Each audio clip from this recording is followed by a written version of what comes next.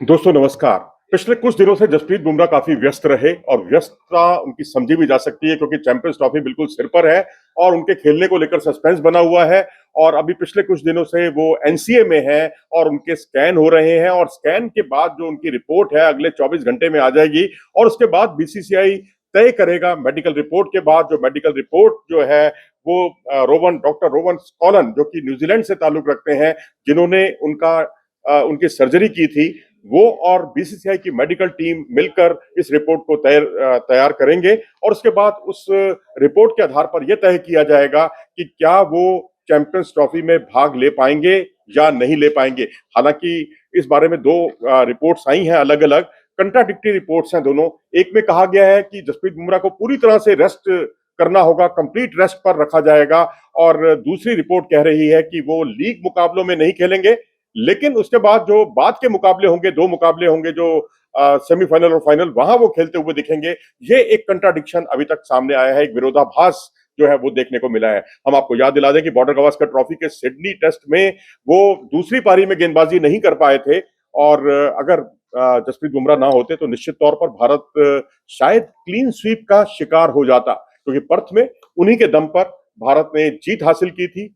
भारतीय team 150 run पर उखड़ गई थी, उसके बावजूद भारत को बढ़त मिली, वो भी बुमराह की वजह से 8 विकेट उन्होंने चटकाए। इसके अलावा ब्रिस्बेन टेस्ट में भी उन्होंने 9 विकेट चटकाए, मेलबर्न में उन्होंने 9 विकेट चटकाए और कंसिस्टेंटली अच्छा परफॉर्मेंस और 32 विकेट उनके नाम रहे। तो अब अगर जसप्रीत बुमराह उपलब्ध नहीं हो पाते हैं तो बहुत कुछ इस बात पर सस्पेंस बना हुआ है कि क्या वो चैंपियंस ट्रॉफी में भारतीय टीम के लिए उपलब्ध हो पाएंगे या नहीं हो पाएंगे, क्योंकि मेडिकल रिपोर्ट जो है स्कैन की जो आ जाएगी एक 24 घंटे के बाद, वो उस रिपोर्ट के आधार पर यह तय किया जाएगा कि वो भाग लेंगे या नहीं। अगर वो किसी वजह से भाग नहीं ले पाते हैं तो हमारे पास दो दावेदार हैं, एक वरुण चक्रवर्ती और दूसरे एक जो खिलाड़ी हैं हर्षित राणा, जिन्होंने डेब्यू मैच में ही कमाल का प्रदर्शन किया। टेस्ट हो, वनडे हो, टी20 हो, तीनों में ही उन्होंने 3-3 विकेट चटकाए हैं।